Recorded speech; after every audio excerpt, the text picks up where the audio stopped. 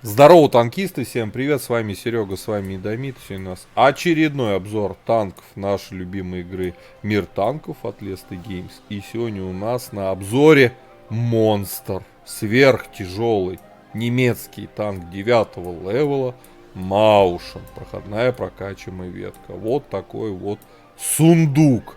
Вы представляете, какая броня, толщина? Жесть, маска, гля. Эх, мощь. Ладно, и начнем мы, конечно же, с бронирования, тем более, что это супер тяж, и тут, конечно же, есть на что посмотреть. Идем.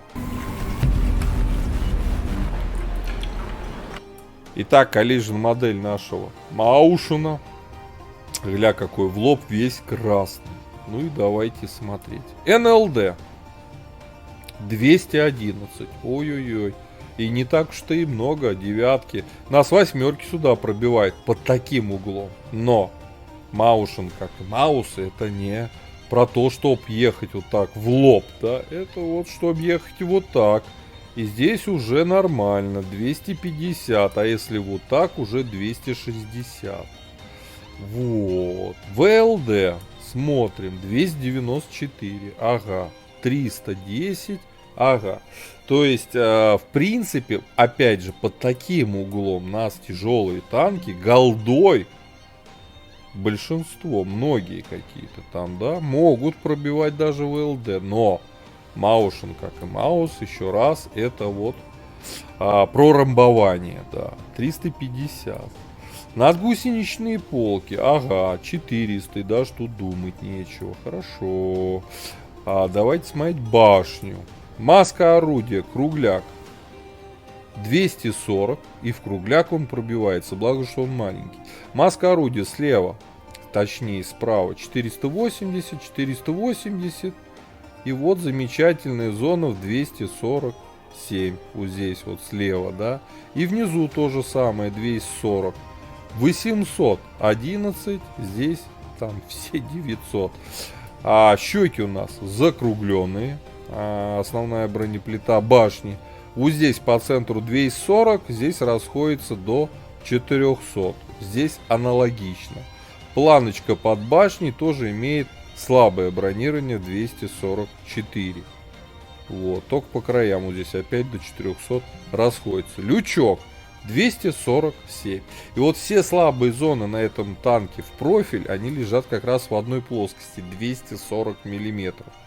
Вот здесь, здесь, здесь, здесь, здесь, кругляк 240 и планка под башней.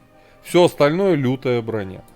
Боковое бронирование у нас 155 миллиметров, и это нам говорит, что от борта это царь танкования. Практически. Кстати, перекрутили, еще раз перекрутили. Ага, не пробивается. Еще перекрутили и опять не пробивается.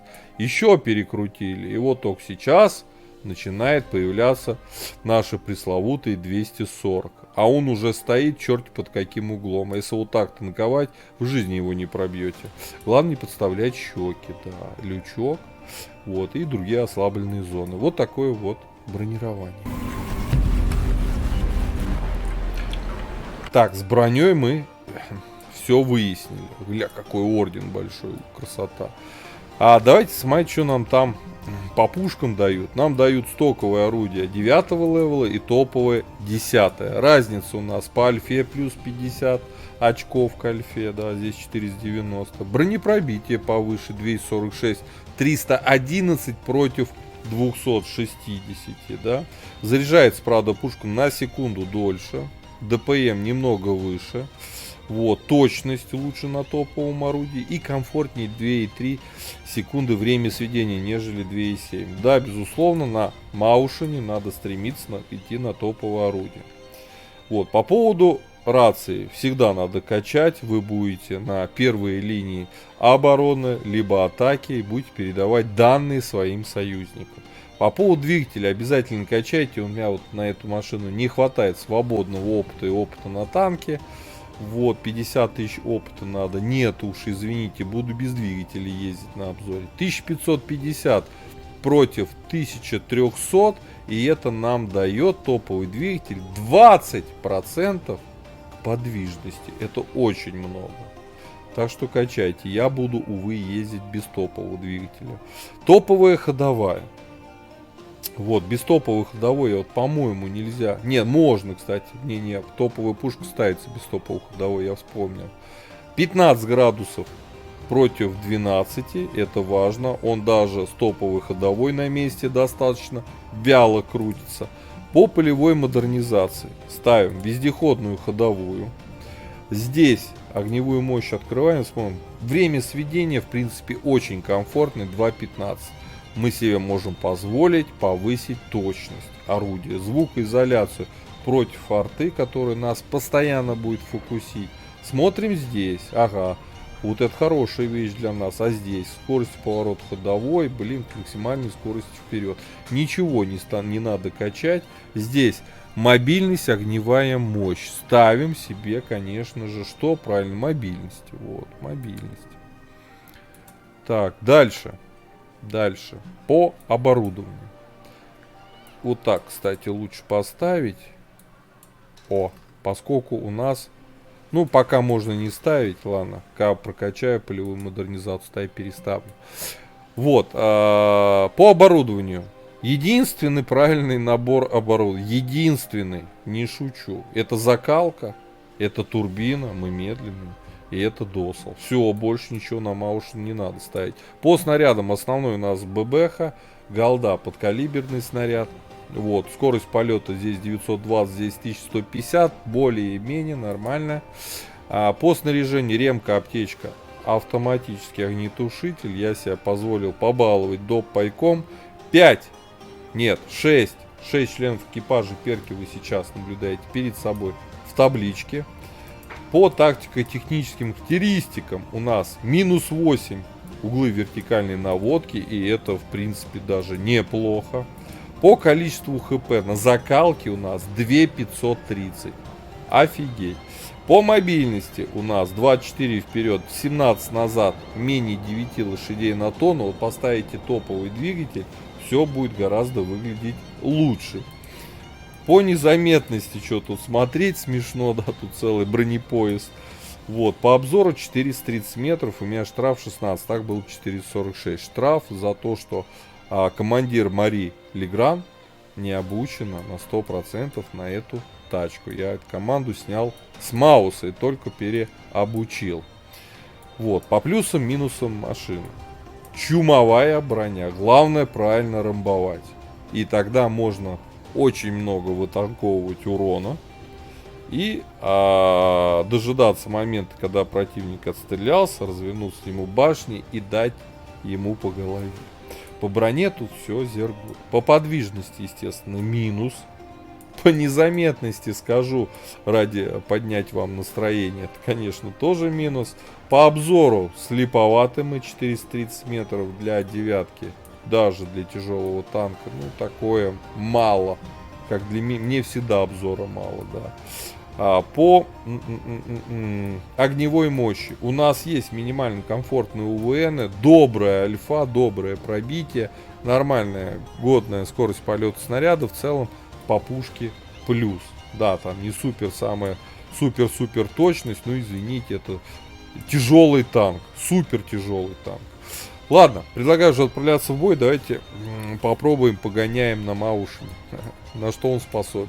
Вперед! Так, господа, у нас обзор боем супертяж немецкий Маушен 9 левела. Проходная прокачиваемая ветка. Попали к 8.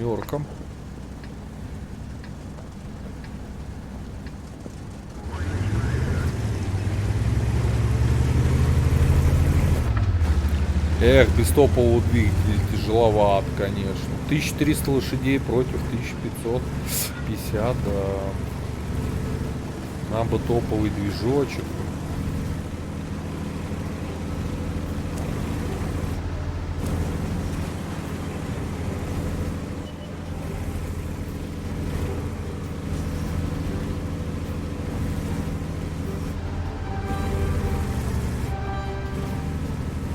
Т-95 вниз ползет, да? Вроде как.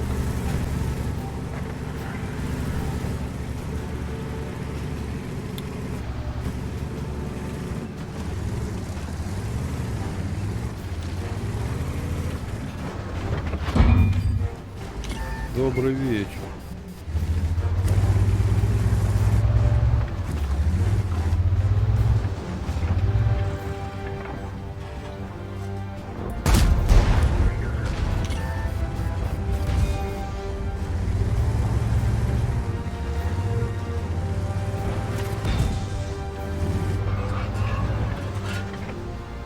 А чё, меня никто не кроет реально? Да.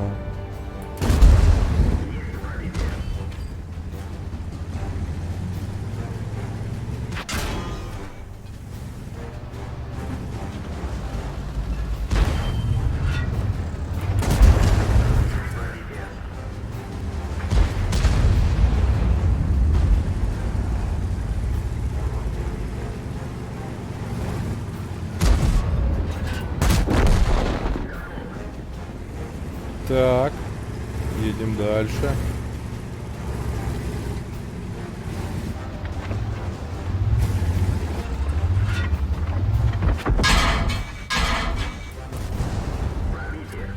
Тихо, тихо.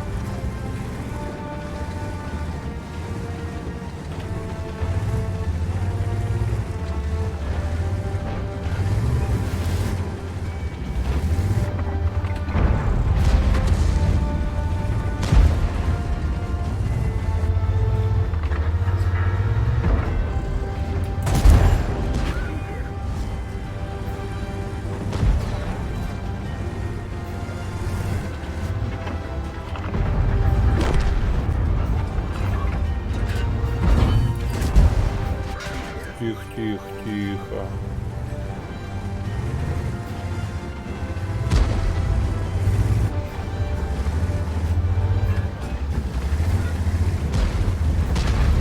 Хорошо, там сверху раздают.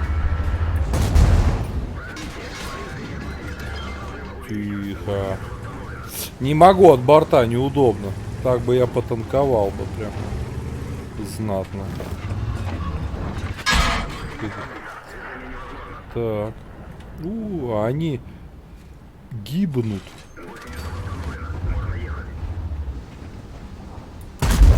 Не попал, надо же.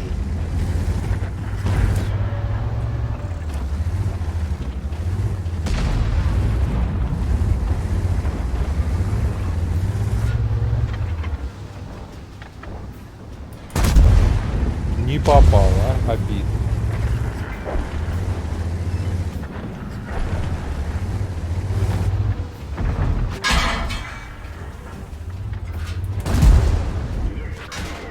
В лючок все накидывает, да? Или в щеку? В щеку. Ну ладно, 4К дали. 1300 насветили. Плохо мы тут постояли. Скажем так. Победа. Мы молодцы. Что глубоко не поехали бы. Если бы я дальше сюда проехал, меня бы выщемили просто. Толпой. А так, прям знатно мы задержались. На Т-95 просто толпой мы не успели на этот пир. Там просто грызут его. Да, броня решает количество ХП тоже. Вот смотрите, 26 ХП у меня осталось. От двух... Вот от борта неудобно было в этом месте играть бы. Так бы у меня и там больше половины ХП бы остался, и мне ничего не сделали бы. Ну вот, к сожалению. Ну мы выжили. 4К настреляли. Маушен, Маус. Это танк либо прорывы, либо сдерживание. Да. Второе место, кстати. Да, не первое, жалко. Второе. И еще у нас урон заблокированной броней, кстати, почти 4К. 2000 насветили.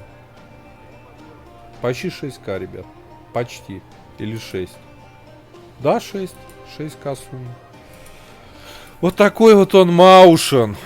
По оборудованию, я думаю, что турбина, досал, закалка, больше ничего тут особо не поставишь. Самая правильная сборка. У кого есть Маушен в ангаре, ребят, пишите свои комментарии, как вам данный агрегат.